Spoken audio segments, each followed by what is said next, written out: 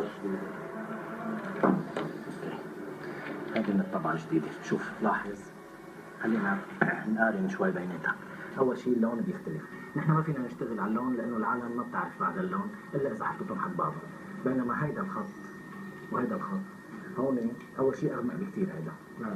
بعدين هيدا إذا بتحط إيدك عليه نافر، هيدا منه نافر. بس الزيحة يمين شمال، المية والجرس بصيروا يطلعوا وينزلوا. هودي شغلة. بعدين المية اللي هون بس تعملها هيك بغير لونها، بيعطي جراي وبيعطي على بريك. هيدي المية. المية الأصلية بتاكلي على جراي وعلى وعلى بريك.